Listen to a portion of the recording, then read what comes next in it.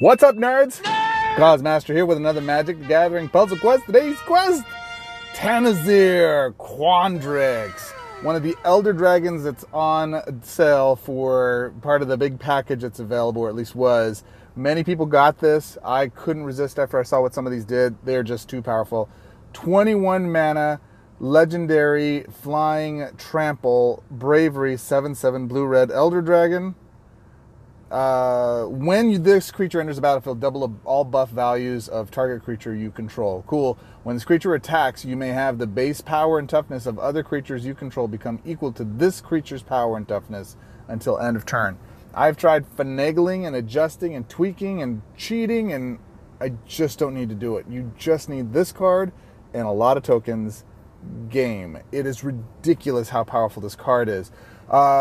So should you pick up that package, if you can do it and you don't mind doing it now, there's 2 cards in that pack immediately that make the entire value worth it. Not to mention the fact that you get a bunch of cards in addition to that, including doing the getting the school specific packs. The pull rates on those are much better than the average packs. Although mine, I only got 1 new mythic, which kind of stinks. I gotta be honest. This set for me has been awful for pull rates. I have gotten none of my chase cards yet, literally none of them, except for these dragons because I ponied up and got them. But at any rate, this is my popper build. So what's key to the popper build is draw. You need draw in order to get into your Tanazir. And at 21 mana, it's not hard to get out. 21 mana is actually pretty easy with this Planeswalker. You can probably guess who it is. So draw 2 cards, convert 4 gems to your Planeswalker's colors. It has flash. I don't know why, but it does. I really like this card a lot early game. Late game, it's kind of a bad spot, but it's really good early game. 11 mana, support card artifact. At the beginning of your turn, if you have full life, draw a card, it gains half of its mana, and if you don't have full life, you gain 3 life. It's a really utility card. I haven't played it in popper builds much, but it works really well in this one. Cultivate, convert 8 gems to your Planeswalker's colors, then fetch the first land card from your library, it gains half of its mana. We're not running any land. Realm of the Wastes. 8 mana with 4 kicker, fetch the first card with land forming for your library. No land forming, convert 7 gems to green. Omen of the Hunt, 8 mana. When the support enters the board, convert 6 to the Planeswalker's colors. When the support is destroyed, pick a land. We don't have any. Field Trip, some of the new cards. 5 mana, spell card, it has Learn. Convert 6 gems to green for 5. That's pretty good. Let's actually go back here. And when you learn, pick a lesson card. It's either a fractal token or an environmental sciences class. Removal, Mortality Spear. Green has removal again, guys. Beware that this Planeswalker is going to be played like bonkers. If you don't have this Planeswalker, pick it up. 12 mana, flash, black-green. When you gain life, if this card is in your hand, it gains 2 mana, right? So our elixir works synergistically well with that. Destroy the first opposing non-token creature if you can't destroy an opposing non-token, non-land support. So it has double duties. It works really well. Ram through for those that we can target. Deal damage equal to this power target creature you control to your opponent's first creature if that creature has trample. Excess damage is dealt to that creature's controller instead. Our Tanazir does. And then Infuse with Vitality. I'm kind of experimenting with this. This is kind of a flex removal card. If you have something else that works better, you can use it. 8 mana, flash, spell card until end of turn. Very important, until end of turn. It doesn't stay static. Target non-token creature you control, so you can only cast it on Tanazir. Gains Berserker, Death Touch, and Enchanted. When this creature dies, return it to the battlefield under your control. Then you gain 4 life. So works for the other cards. Synergy, gains some life, helps out. It's a common card. It's powerful for a common card. Who are we using this with? You know who we're using it with. Nissa Dub Dub for win-win. That's what WW stands for. And we spam her first ability. We'll use her second ability to draw into cards. And we have so much green conversion that it just shoots them up and gets the tokens on the board.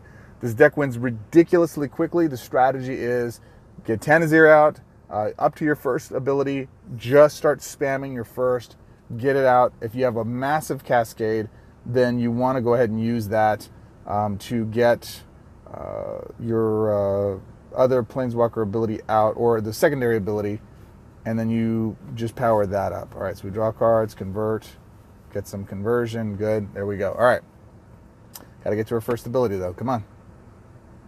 All right, Reclaim the Wastes. Again, we're just going through and we're going to power this up, mute it, and let's see.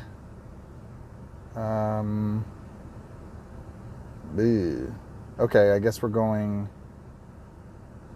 here. He's got some conversion going on. All right, so he gave us a 5 swap. We will take that. That should be enough for our first. It is. We will use our first. Just no-brainer, easy peasy. Dump your first ability.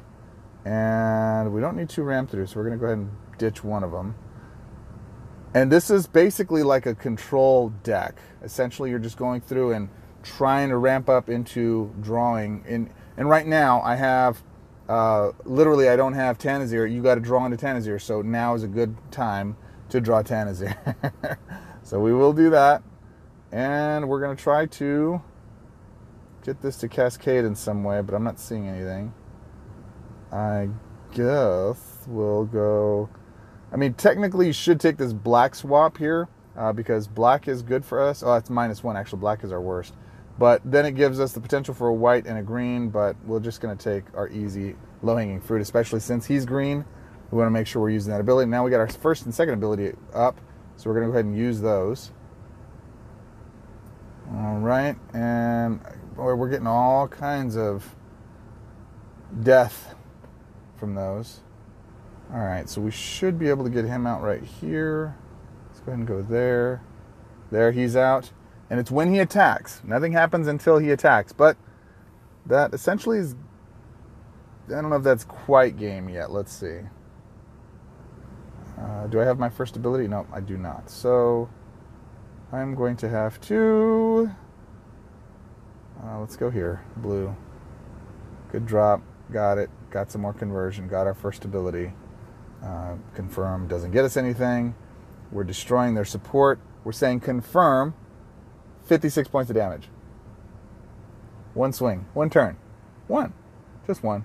You gonna do anything, Guruk, or are you just gonna stand there and bleed? you gonna jerk that smoke wagon and go to town, or are you just gonna stand there and bleed? One of my favorite quotes from a movie. I don't need to do anything. I literally just hit confirm. End game. 56 points of damage to the face. That's it.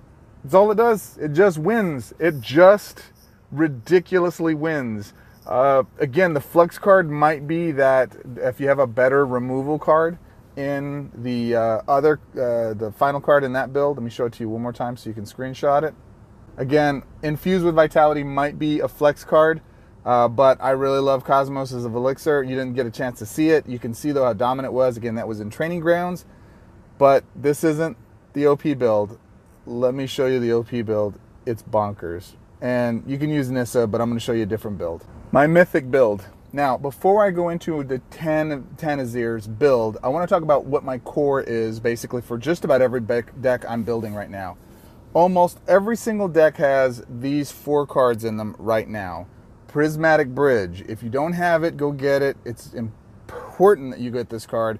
This is probably the most powerful card in standard utility-wise because it's multicolor, goes in every deck, it's super flexible, and all it does is pulls your biggest creatures and puts them on the board. But it has, biggest thing is it's functionally red so that we can use it with Mox Ruby. Mox Ruby cheats it out. We don't have to pay the high mana cost.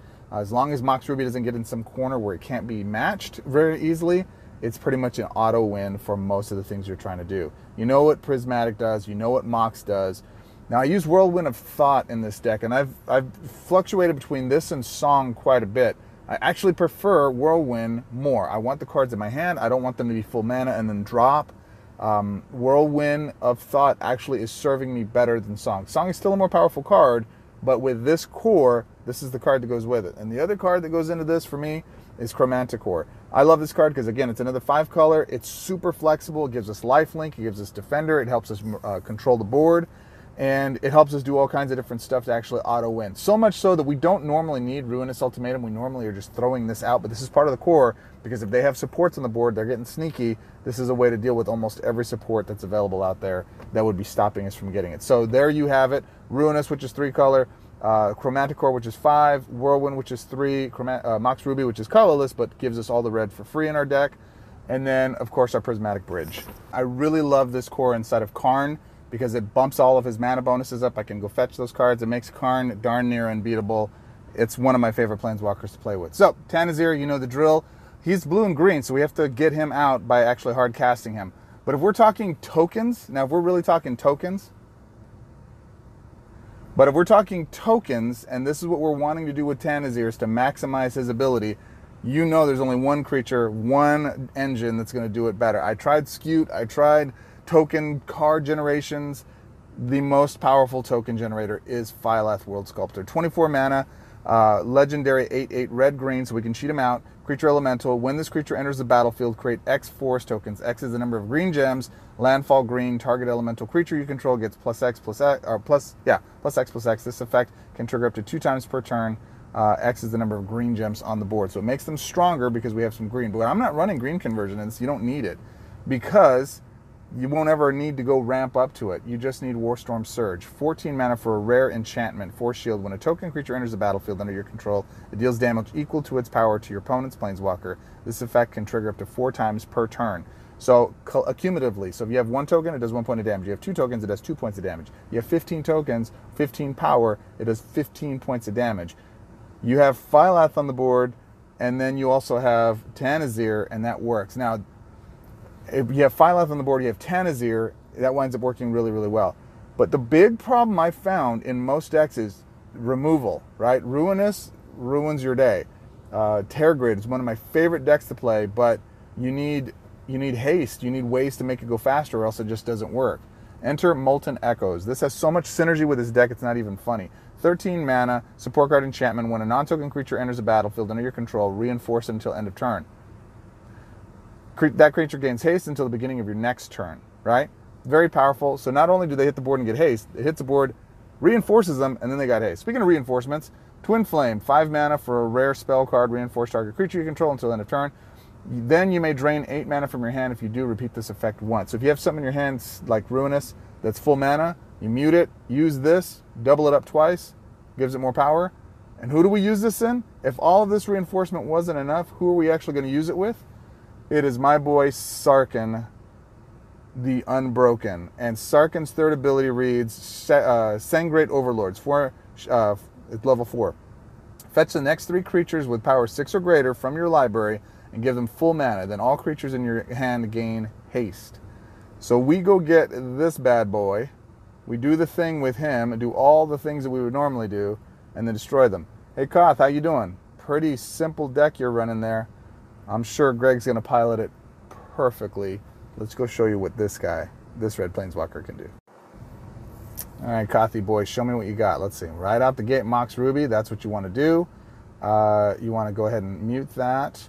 Now, I have a tendency to not put my... let's actually do this. I try not to put out my supports on the board that I'm not going to be using right away. Mox Ruby is different because I got to use it right away. And right there is what we want. Chromanticore. Actually, we want to do both of these. Are we able to make that happen? Am I going to get 12 mana? Ooh. I think I do this. Ooh. I'm going to get 2 turns, so I'm going to do this. I'm going to mute it, okay? All right, cool. It worked. Now I'm going to put this up. And I'm going to go... Yeah. Let's just go there. See if we can get a red drop. Nope. That's fine. So now when the token hits the board, because it's a token, and the more synergy hits your opponent for that much damage, we go from there. Again, now we want to flex here. Okay, good. Now this is the card we want. I'm not really worried about his creatures, but I am. So now the challenge is he's all the way down at the bottom now with this, with the Mox Ruby. So it's difficult for us to get the board to hit with that. But we did get Whirlwind of Thought on the board. I'm going to be able to match it this time, so I will get it. And that's another thing, too, with Chromanticore. Chromanticore might be my favorite card, for sure my favorite spell, but I absolutely adore that card. Let's do this. Boom. That way we get both of them charged up. Let's go ahead and power him up. All right, good. We got another token coming. Oh, I shouldn't have done that. I already spent the mana, so let's just do it. All right, so I got 15 mana gained. I shouldn't have done that because then I could wipe the board with the Ruinous, but that's okay. That's okay. All right, come on. Now we're here to do a thing. There we are. Hello, Phylath. How are you? And we're going to do that. And do I get to cheat you out? That's the question. I don't think we are. So let's just use red. Boom.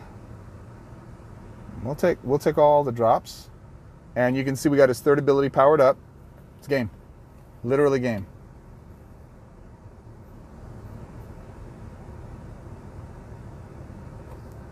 Come on. Hurry up. Come on, Coffee Boy. We're waiting on you. All right, so there's another Whirlwind. We don't need that. We don't need Chromantic Core. Is that 3? That's 3. So then we use our third ability. All of our creatures gain haste. Right? What do we got first? Cool, cool.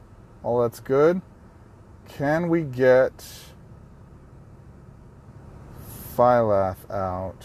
So what I want to do is I want to put Phylath at the top. I want to put Tanazir at the top. Because what I actually want to do is I want to cast Twin Flame, because everything's got haste. Can I cheat this out? Do I have a cheat swap? I don't. Doggy. One of the few times that this card is not going to pay off for me. Mox Ruby. Okay, let's go here. So I still got the Twin Flame. Boom. And you see our Warstorm Surge is doing the damage over here. Only gets to do it 4 times. So now I've got to replace a card. So I'm going to replace this one. Okay. Everything's got haste. I'm going to hit him with Twin Flame. I am going to kick it so it doubles him up again. Boom. And yeah, I think that's it. I'm going to hit confirm and we're going to do 168 points of damage in one swing.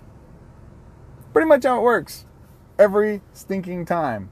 So you have several different ways to get them out there. We didn't even use Prismatic Bridge. We didn't even get to it because we didn't need it. That was turn 6 or 7 basically there. This is super fast. It works very consistently. Even if you fall behind, you're able to come back and win really quickly. This is a fun deck to use to be able to clear your training grounds or any objectives like Trials of the Plains, which are just win objectives. No, you don't have to do anything fancy. You just super win. They will win every single time. You can clear everything with it. I haven't taken it into a red Trials yet because it's the weekend right now as of this recording. As soon as I do, I will go run it out and I will show you what those stats are. But that's it, my friends. This is my Mythic build. Let me show it to you one more time. Oh, and I forgot to mention, Molten Echoes doubled everything up. So all the non-token creatures that hit the board got doubled up. So that by the time the tokens hit the board from Phylath, it's just destructive. You might want to throw some green conversion in here instead of Twin Flame. I find Twin Flame is way more effective because I'm just turning Tanazir into a ridiculous monster. And with Molten Echoes on the board and Prismatic Bridge, as soon as they hit, it just fuels the entire engine. It is ridiculous. My friends, Tanazir Quandrix. This card alone is worth what that whole package entails, but with all the other cards, this is just one of the Elder Dragons. How are you using this card if you pick up this package? First off, if you pick up this package, let me know. I want to see my other crazy, obsessed folks that are out there. And one of my other friends / followers, Daniel Bowman. What's up, Daniel? Appreciate you, bro. If you're here watching this, let us know your gamer name so we can watch for you on the boards. But he brought up an interesting point. He used to play a lot of Magic Gathering paper and spent a ton of money on cards, but now he doesn't play that as much because of lockdowns and staying home and being safe and all that stuff. So now he's taking those funds and he's investing them into an app game, and he really enjoys the cards that are here. I love this game. He loves the game, and he brings up a good point. It's like, hey, we don't spend the money that we used to on those paper cards.